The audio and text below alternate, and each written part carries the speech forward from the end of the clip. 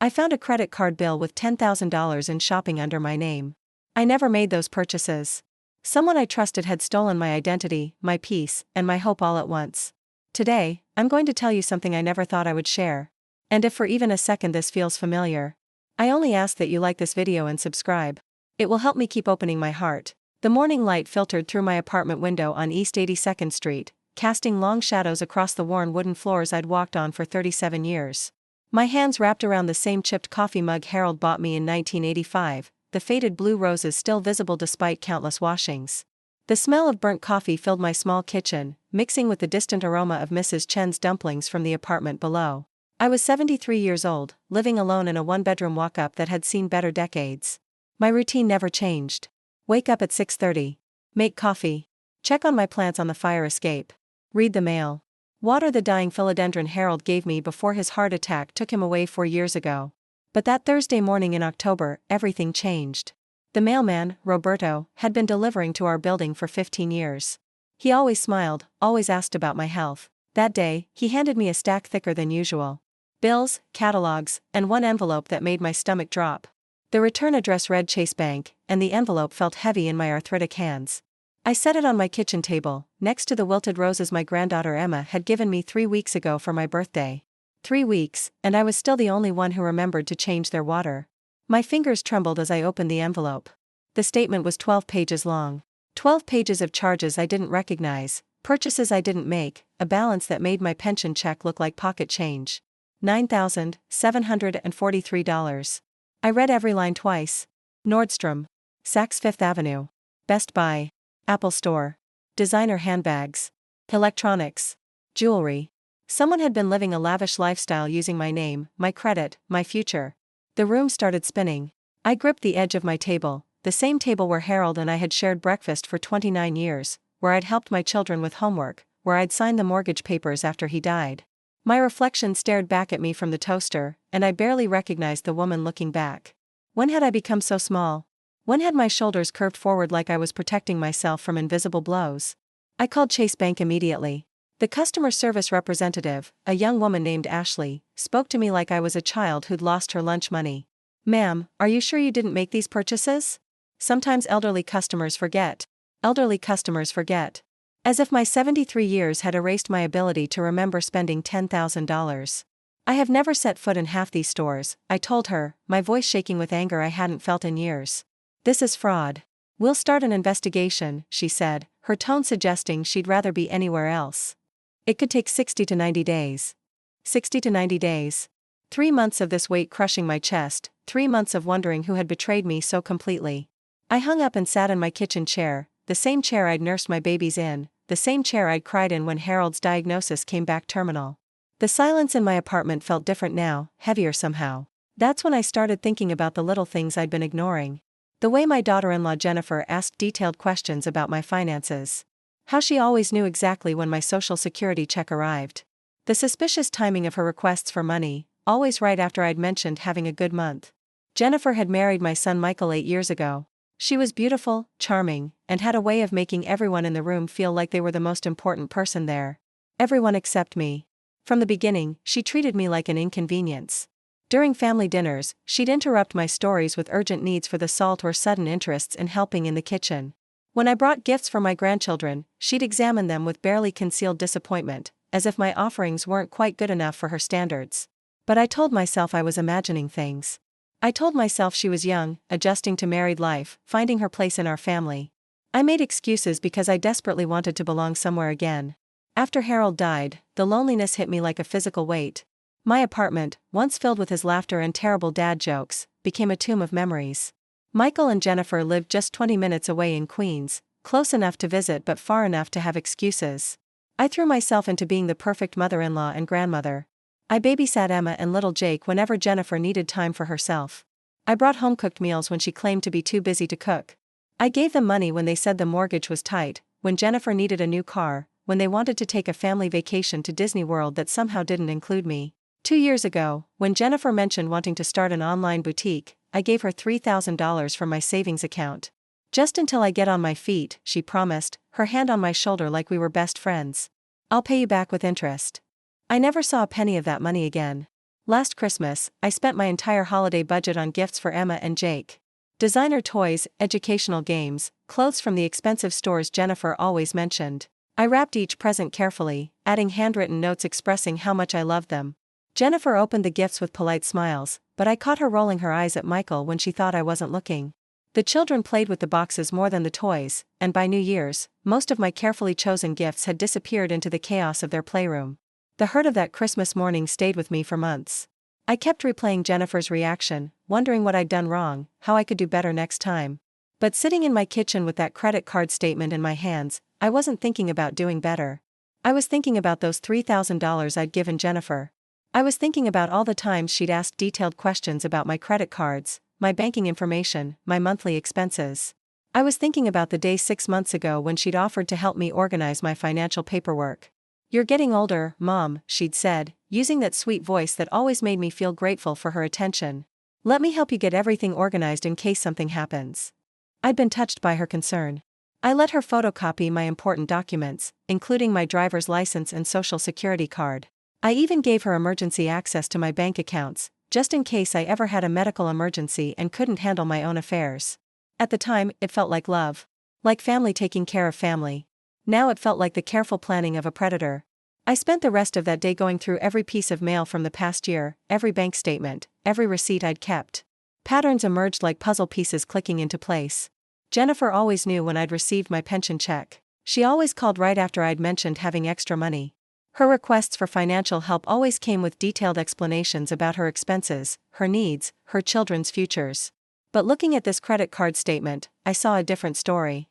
Someone had been charging expensive items to my card for months. Someone who knew my personal information, my spending habits, my schedule. Someone who knew I rarely checked my credit reports because I barely used credit cards anymore. The realization hit me like ice water. My own daughter-in-law. The woman I'd welcomed into my family, supported through difficult times, loved like my own daughter. She had been stealing from me systematically, methodically, without a trace of guilt. I called my son that evening. Michael answered on the fourth ring, sounding distracted. "Hey Mom, what's up? We're just sitting down to dinner." "I need to talk to you about something important," I said, trying to keep my voice steady. "I received a credit card bill today with charges I didn't make." There was a pause. In the background, I could hear Jennifer asking who was calling, the clink of silverware against plates, the television playing cartoons for the children. "What kind of charges?" Michael asked. "Almost $10,000 worth. Shopping, electronics, designer items." "Michael, I think someone has my credit card information."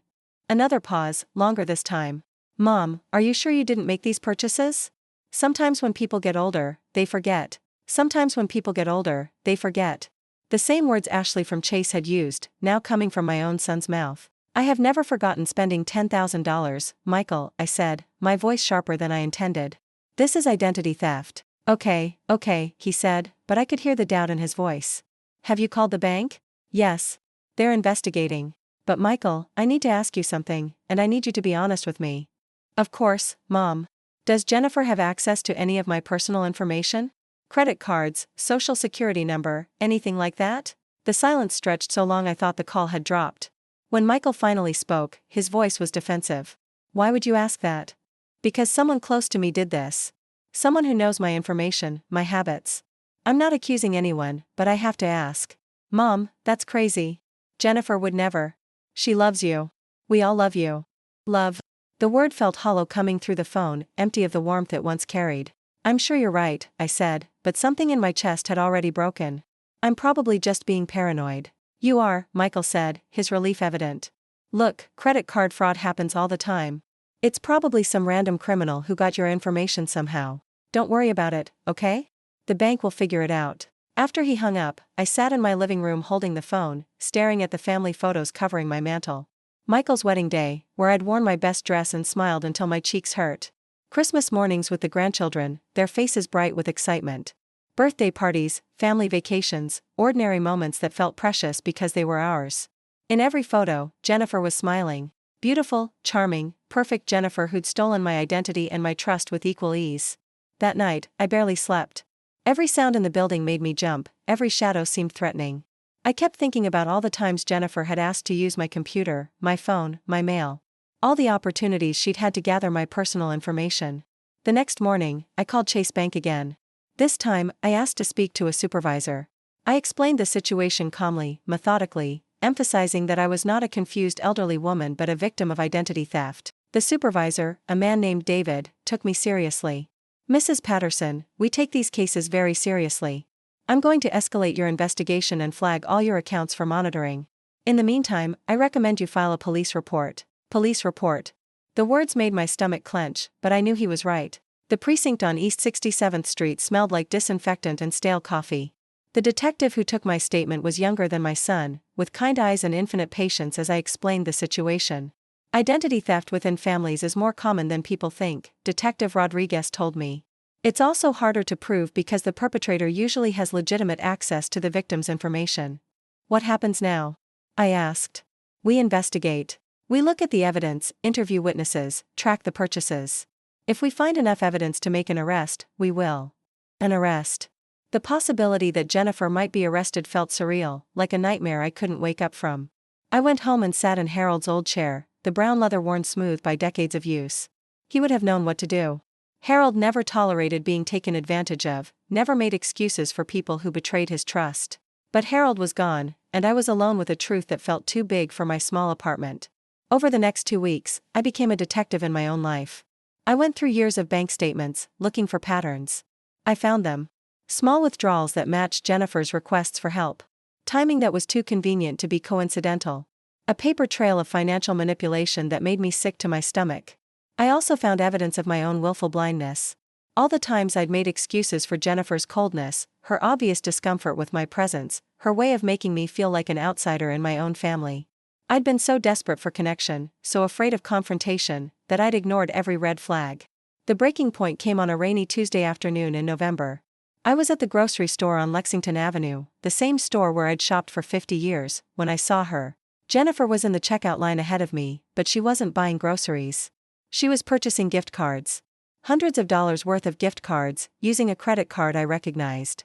My credit card. My hands shook as I stepped behind a display of canned goods, watching my daughter-in-law casually commit fraud not 50 feet from my apartment. She was laughing with the cashier, completely at ease, as if she had every right to spend my money. When she left the store, I followed her. I stayed a block behind as she walked to her car, a new Honda she claimed to have bought with savings from her boutique business. The same boutique I'd given her $3,000 to start, the same boutique that apparently existed only to launder my stolen money. I watched her drive away, and something inside me died. Not my love for my family, not my hope for reconciliation, but my willingness to be a victim.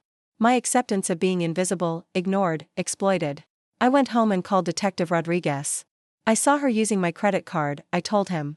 "At the grocery store on Lexington. She bought gift cards with my stolen card." "Did you get the transaction on video?" "I don't know.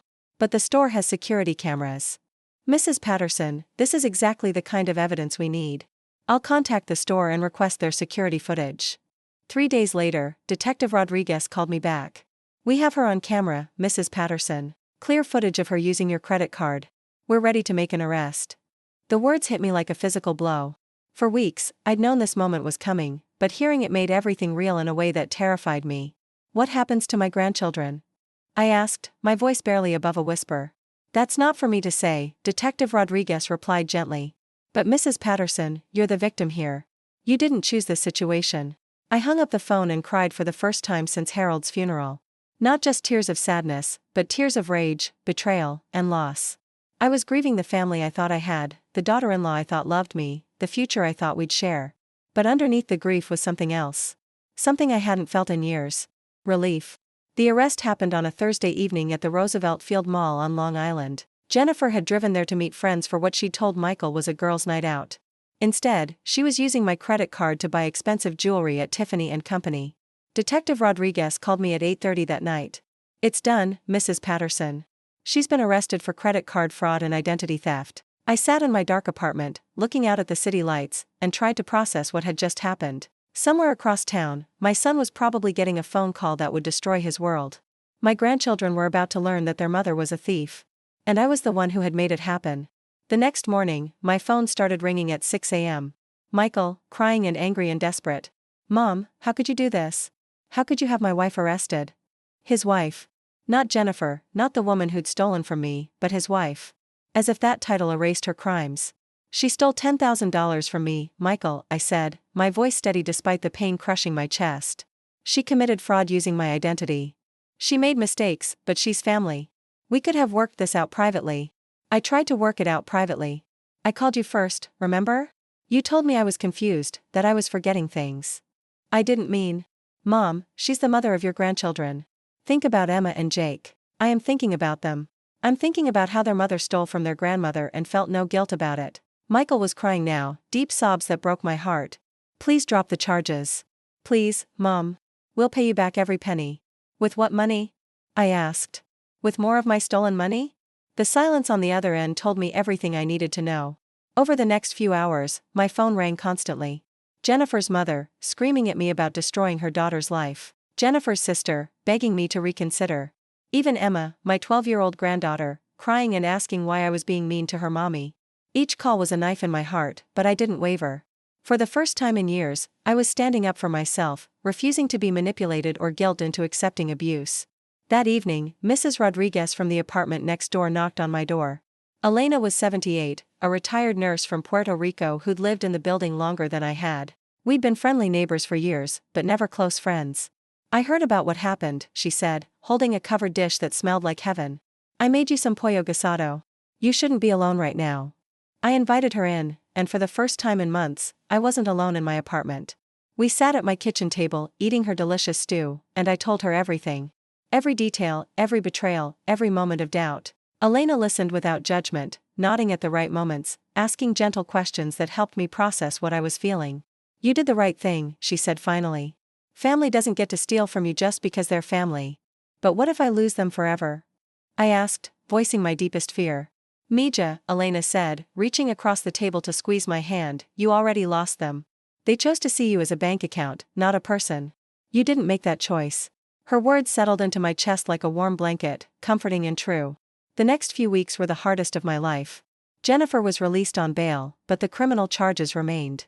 The family split into camps, those who thought I should drop the charges and those who supported my decision to see justice done. Michael stopped calling altogether. The grandchildren's visits ended abruptly. Christmas came and went without a single card from my son's family. But something unexpected happened in that silence. I started to remember who I was before I became so focused on earning their love. I started painting again, something I hadn't done since the children were young. I set up an easel by my living room window and painted the view of Manhattan I'd looked at for decades but never really seen. I joined a senior center in my neighborhood and met other people who understood what it felt like to be invisible in their own families. We played cards, shared stories, and laughed together in ways I'd forgotten were possible. Elena and I became real friends. She taught me to make traditional Puerto Rican dishes, and I taught her to knit. We had coffee every morning and watched telenovelas every evening, creating our own little family of choice. I also started seeing a therapist, Dr. Sarah Kim, who specialized in elder abuse and family trauma. She helped me understand that what Jennifer had done wasn't just theft, it was emotional abuse designed to keep me compliant and quiet. You've been trained to prioritize everyone else's comfort over your own safety, Dr. Kim explained during one of our sessions. That's not love. That's exploitation. 3 months after Jennifer's arrest, Detective Rodriguez called with an update. She's agreed to a plea bargain, Mrs. Patterson. She'll plead guilty to credit card fraud and pay full restitution. In exchange, she'll avoid jail time but will have a criminal record. What about the identity theft charges? Those will be dropped as part of the plea agreement. I felt mixed emotions about the outcome. Part of me wanted her to face consequences that matched the pain she'd caused. But another part of me was relieved that this chapter was finally closing. The restitution payments started arriving monthly, along with letters from Jennifer that I never opened. Michael sent a few text messages over the following months, testing the waters, but I wasn't ready for reconciliation. I needed time to heal, to remember my worth, to build a life that wasn't centered around earning someone else's love. Spring brought changes I hadn't expected. I started volunteering at a literacy center in East Harlem, teaching English to recent immigrants. The work filled a hole in my heart I didn't know existed, giving me purpose beyond my own pain. I also reconnected with my cousin Rita in Boston, whom I hadn't spoken to in 15 years. We started calling each other weekly, sharing memories and rebuilding a relationship that Jennifer's manipulation had slowly eroded. Rita invited me to visit her that summer, and for the first time in decades, I bought a plane ticket for myself, planned a trip for my own enjoyment, spent money on something that brought me joy instead of appeasing someone else. Boston in July was beautiful, and Rita's guest room overlooked a garden that reminded me of the one Harold and I had planned to plant before he died. We spent long afternoons sitting on her porch, drinking iced tea and talking about everything we'd missed in each other's lives. "You seem different," Rita observed on my last day there. "Lighter somehow." She was right. I did feel lighter. The constant anxiety of wondering if I was doing enough, giving enough, being enough had lifted. I was learning to exist without constantly seeking approval. When I returned to New York, I found a letter from Michael waiting in my mailbox. Not a text message or a brief call, but an actual handwritten letter. I sat in my kitchen and read it 3 times before the words fully sank in. He apologized. Not for Jennifer's actions, but for his own. For not believing me. For accusing me of being confused. For choosing his wife's comfort over his mother's dignity. He wrote about the children, how they missed me, how Emma kept asking when Grandma was coming back. He wrote about his marriage, how Jennifer's arrest had forced him to see patterns he'd been ignoring. But most importantly, he wrote about respect. How he understood now that love without respect was meaningless, that family bonds couldn't survive dishonesty and exploitation. The letter ended with an invitation. Not a demand or an expectation, but an invitation to Sunday dinner if I was ready, when I was ready, with no pressure to pretend the past hadn't happened. I set the letter down and looked around my apartment. It looked different now than it had a year ago. Brighter somehow. I'd painted the walls a warm yellow, hung new curtains, filled the windowsills with healthy plants. Photos of my trip to Boston joined the family pictures on my mantel, creating a more complete picture of my life. I wasn't the same woman who'd received that devastating credit card bill. That woman was afraid, isolated, willing to accept crumbs of affection in exchange for her dignity. This woman was stronger, more centered, surrounded by people who valued her for who she was, not what she could provide. I wrote Michael back, not immediately accepting his invitation, but not rejecting it either. I told him about my new life, my volunteer work, my friendship with Elena, my trip to Boston. I told him that I was proud of the courage I'd found and that any relationship we rebuilt would have to be based on mutual respect. I also told him that I was open to healing, but that healing takes time and couldn't be rushed to meet anyone else's timeline. His response came a week later, shorter but warmer. He understood. He was getting counseling, individual and marriage counseling. Jennifer was also in therapy, working to understand why she'd felt entitled to steal from the woman who'd welcomed her into the family. The grandchildren were in counseling too, processing their mother's actions and the temporary loss of their grandmother. Michael included drawings they'd made for me, pictures of our family with everyone smiling, everyone together again. Looking at Emma's careful artwork, her depiction of me standing next to her in a garden full of flowers, I felt something shift in my chest. Not forgiveness exactly, but the possibility of forgiveness in time. That autumn, exactly 1 year after I'd received that first credit card bill, I accepted Michael's invitation to Sunday dinner.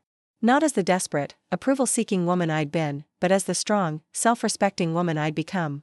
The dinner was awkward at first. Jennifer avoided eye contact, the children seemed unsure how to act around me, Michael tried too hard to make conversation. But gradually, naturally, we found our rhythm. I brought dessert, an apple pie I'd made from scratch, but not because I felt obligated to contribute. I brought it because I wanted to, because sharing food was one of my love languages, and because I was choosing to offer grace. Jennifer surprised me by pulling me aside as I was leaving. "I'm sorry," she said, her voice barely above a whisper. "I know that's not enough, but I am truly sorry. I was selfish and cruel, and I hurt you in ways I'm still understanding." I looked at her, this woman who'd caused me so much pain, and felt something I hadn't expected. Not forgiveness yet, but the absence of hatred. The space where forgiveness might grow if she continued to do the work. "I accept your apology," I said carefully. "But Jennifer, respect isn't something you can steal back. It has to be earned." She nodded, tears in her eyes, and I saw something I'd never seen before. Genuine remorse. Whether it would last, whether she would truly change, remained to be seen. But it was a beginning. Drive home through the familiar streets of Queens and Manhattan, I thought about how much had changed in a single year. I'd lost a fantasy of family perfection, but I'd gained something more valuable, my self-respect. I'd learned that being alone was different from being lonely, that boundaries weren't walls but bridges to healthier relationships. I discovered that standing up for myself didn't make me selfish, it made me strong. Most importantly, I'd learned that it's never too late to start over, to refuse to accept less than you deserve, to choose dignity over desperate connection. Now, 18 months later, I can honestly say I'm happier than I've been in decades. My relationship with Michael is stronger because it's built on honesty instead of obligation. The grandchildren visit regularly, and our time together is precious because it's freely given, not demanded. Jennifer and I aren't friends, and we may never be, but we've found a way to coexist respectfully within the family structure. Her restitution payments ended 6 months ago, but more importantly, her entitled attitude toward my resources ended with her arrest. Elena remains my closest friend, and we've created a chosen family with other neighbors and friends from the senior center. We celebrate birthdays, holidays, and ordinary Tuesdays with equal enthusiasm. I still live in the same apartment on East 82nd Street, but it no longer feels like a tomb of memories. It feels like home, filled with evidence of a life fully lived rather than simply endured. My volunteer work at the Literacy Center has expanded into advocacy for elder rights. I speak at community centers and senior organizations about financial exploitation within families, sharing my story to help others recognize the warning signs I missed for so long. The work is deeply meaningful because I know how isolating and shameful it feels to be victimized by the people you love most. Every person who finds the courage to speak up, to set boundaries, to demand respect makes the journey worthwhile. Last month, I received a letter from a woman in Chicago who'd heard me speak at a conference. She'd been financially exploited by her daughter for years, convinced that love meant never saying no to family. My story gave her the courage to freeze her accounts and demand an accounting of the money that had gone missing. These letters remind me that our pain can become our purpose, that surviving victimization can transform us into advocates for others facing similar struggles. As I write this, sitting at my kitchen table with Harold's photo smiling down at me, I'm not the same woman who trembled opening that credit card bill all those months ago. That woman was afraid, isolated, desperate for connection at any cost.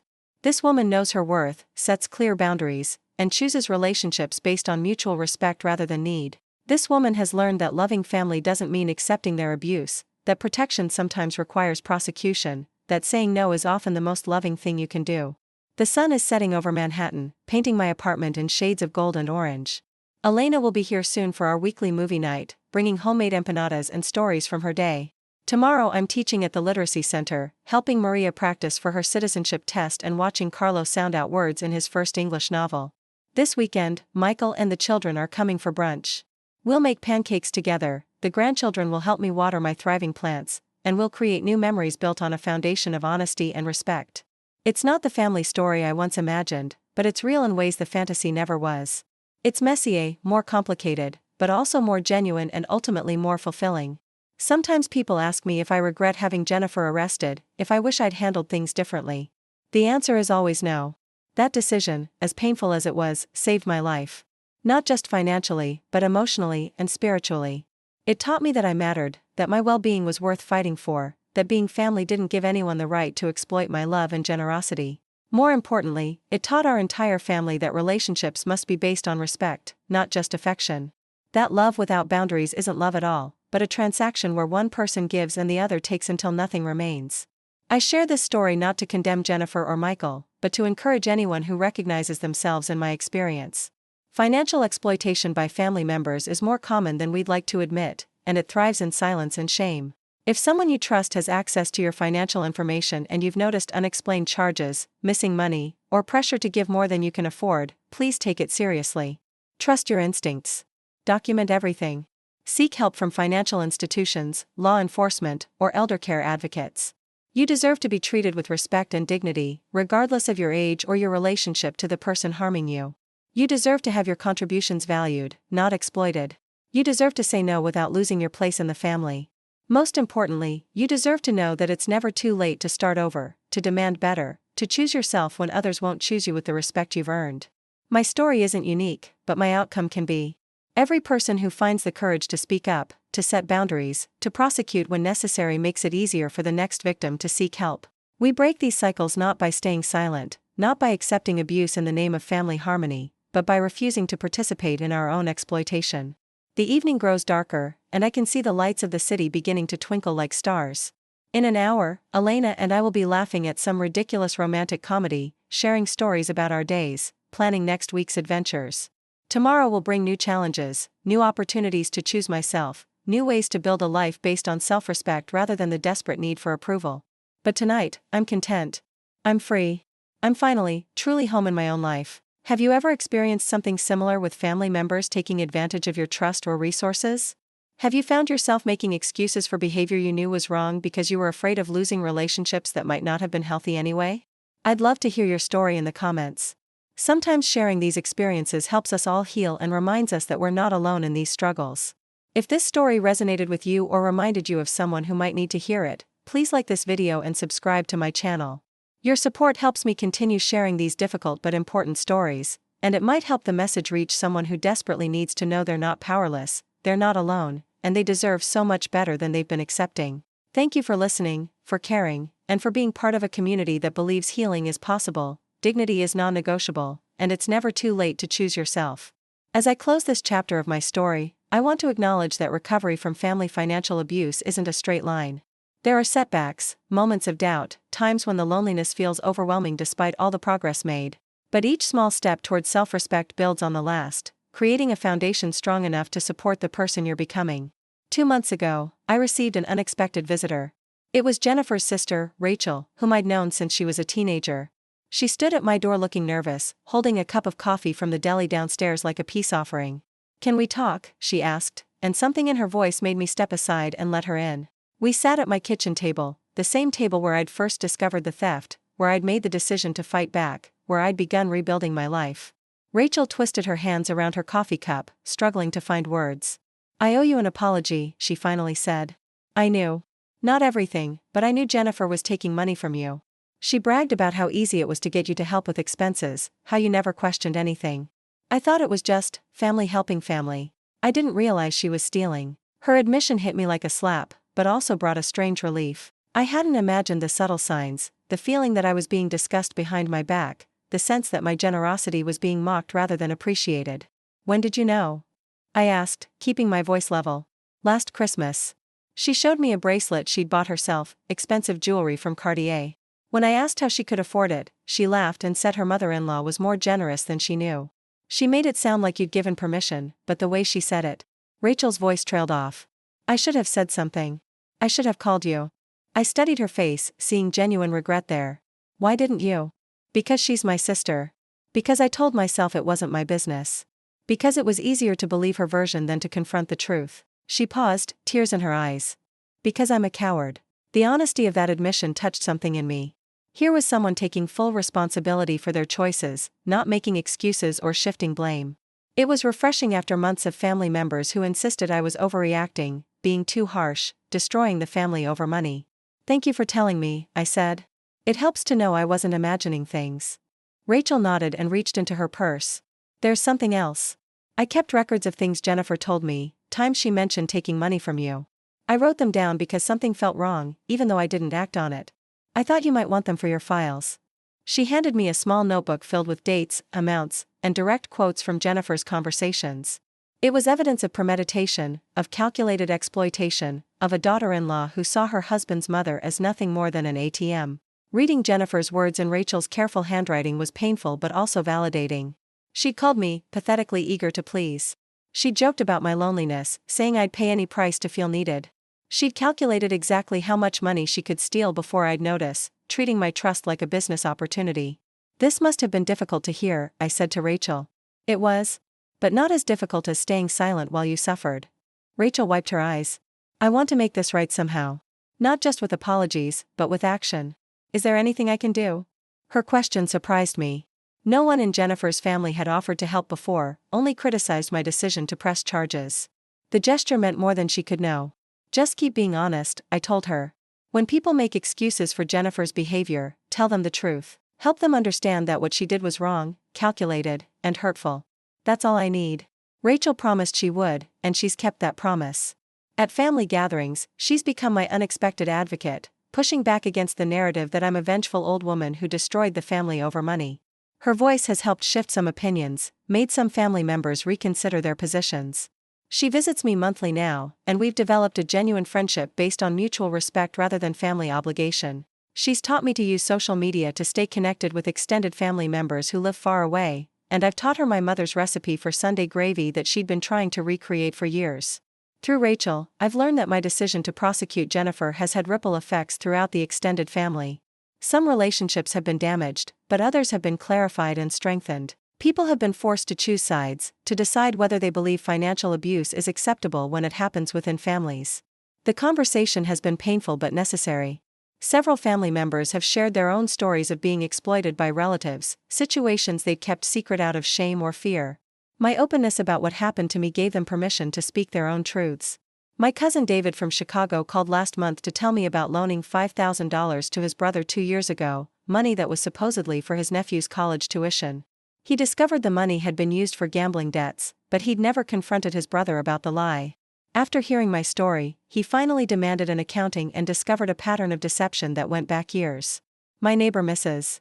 Chen shared that her grandson had been using her credit card for online purchases, small amounts that she'd attributed to her own forgetfulness until my experience encouraged her to check her statements more carefully. She confronted him, set new boundaries, and their relationship is stronger now than it was when built on his deception. These conversations have taught me that family financial abuse is epidemic, hidden behind closed doors and protected by cultural norms that prioritize family harmony over individual dignity. By speaking out, by refusing to accept abuse in silence, we create permission for others to protect themselves. The Literacy Center where I volunteer has become another source of unexpected validation. Many of the immigrants I teach have similar stories from their home countries or their experiences in America. Language barriers and unfamiliarity with financial systems make them particularly vulnerable to exploitation by family members who promise to help but instead take advantage. Maria, the woman studying for her citizenship test, told me about her son-in-law who convinced her to co-sign for a car loan, promising to make all payments. When he defaulted, she was responsible for $12,000 in debt. She was ashamed, convinced she'd been foolish to trust him, until she heard my story and realized she'd been deliberately manipulated. Carlos, the man learning to read his first English novel, shared that his nephew had been forging his signature on checks for months, stealing money his elderly uncle had saved to bring his wife to America. The nephew convinced other family members that Carlos was becoming senile, using his limited English as evidence that he couldn't manage his own affairs. These stories remind me that financial abuse within families crosses all cultural, educational, and economic boundaries. The tactics are remarkably similar: isolation, guilt, gaslighting, and exploitation of natural family bonds. The victims often blame themselves, convinced they should have been smarter, more careful, less trusting. Working with these brave individuals has deepened my understanding of my own experience and strengthened my resolve to keep speaking out. We meet monthly now, a small support group of people who've been financially abused by family members. We share resources, offer encouragement, and remind each other that we deserve respect regardless of our age, immigration status, or economic circumstances. Dr. Kim, my therapist, has been instrumental in helping me process not just the original trauma of Jennifer's betrayal, but the ongoing challenge of rebuilding family relationships on healthier foundations. She's helped me understand that forgiveness doesn't require forgetting, that love doesn't require accepting abuse, and that setting boundaries is an act of love for both myself and my family. Our sessions have explored the generational patterns that made me vulnerable to exploitation. My own mother was frequently taken advantage of by relatives who knew she couldn't say no to family requests for help. I watched her drain her savings to support grown children who were capable of supporting themselves, watched her make excuses for their irresponsibility while she struggled financially. I had promised myself I wouldn't repeat her patterns, but without conscious awareness of the dynamics, I'd fallen into the same trap. The difference was that I found the courage to break the cycle, to refuse to accept exploitation as the price of family belonging. This understanding has helped me forgive my younger self for being naive, for trusting too easily, for ignoring red flags because I desperately wanted to believe Jennifer cared about me. It wasn't stupidity that made me vulnerable, it was loneliness and a lifetime of conditioning that taught me to prioritize others' needs over my own well-being. The holidays this year were different from any I'd experienced in decades. Instead of desperately trying to buy love through expensive gifts, I focused on meaningful connections. Elena and I hosted Thanksgiving dinner for other neighbors who might otherwise have spent the holiday alone. We cooked traditional dishes from our respective cultures, shared stories about our families of origin, and created new traditions based on choice rather than obligation. Michael and the children joined us for dessert, a compromise that honored both my need for boundaries and their desire to maintain family connections. Jennifer stayed home, respecting the reality that her presence would have been uncomfortable for everyone. She sent a card acknowledging the holiday and expressing hope that we might one day share celebrations again, but without pressure or expectation. The evening was relaxed, genuine, and filled with laughter. Emma helped me serve the flan Elena had taught me to make, and Jake played chess with Mr. Rodriguez from the third floor. Michael brought photos from his therapy sessions about healthy family communication, showing me exercises they were doing to rebuild trust and respect. For the first time in years, I felt truly grateful rather than obligated. I was celebrating with people who wanted to be there, who valued my presence beyond what I could provide, who saw me as a complete person rather than a resource to be exploited. Christmas morning, I woke up in my own apartment, in my own bed, with no anxiety about whether my gifts would be good enough or whether I'd be invited to celebrations or left alone with my memories. I had plans I'd made for myself: coffee with Elena, a long walk through Central Park, dinner at a restaurant I'd always wanted to try but never suggested because I was too busy accommodating everyone else's preferences. Michael called that afternoon, and we talked for an hour about everything and nothing. He told me about the children's excitement over their gifts, about Jennifer's progress in therapy, about his own journey of understanding how he'd failed to protect me from abuse in his own home. We talked about Harold, about memories of Christmas mornings when Michael was young, about traditions we might create going forward that honored our history while acknowledging our growth. It was the most honest conversation we'd had in years, free from the undercurrent of financial obligation that had poisoned previous interactions. The phone call ended with "I love you" from both of us, words that felt genuine for the first time since Jennifer had entered our family. Not love as obligation, not love as transaction, but love as choice and respect and genuine affection. That evening, I sat in Harold's old chair, looking at the Christmas tree Elena and I had decorated together, and felt something I hadn't experienced in years: complete contentment. Not happiness dependent on others' approval, not joy contingent on family inclusion, but deep satisfaction with the life I'd built for myself. The tree was smaller than the ones I used to buy, but it was perfect for my space and my needs. The gifts underneath were simple but meaningful: books I wanted to read, art supplies for my painting, a beautiful scarf Elena had knitted for me.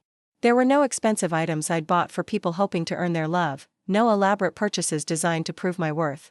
Everything in my apartment reflected my authentic preferences rather than my performance of the perfect grandmother, the accommodating mother-in-law, the woman who never said no to family requests. My bookshelves held novels I enjoyed rather than educational toys for grandchildren who rarely visited. My walls displayed artwork I loved rather than family photos that reminded me of my failures to maintain relationships. This isn't to say I'd erased my family from my life, but rather that I'd found balance between honoring family relationships and maintaining my individual identity. My space reflected my full humanity rather than my singular role as a resource for others.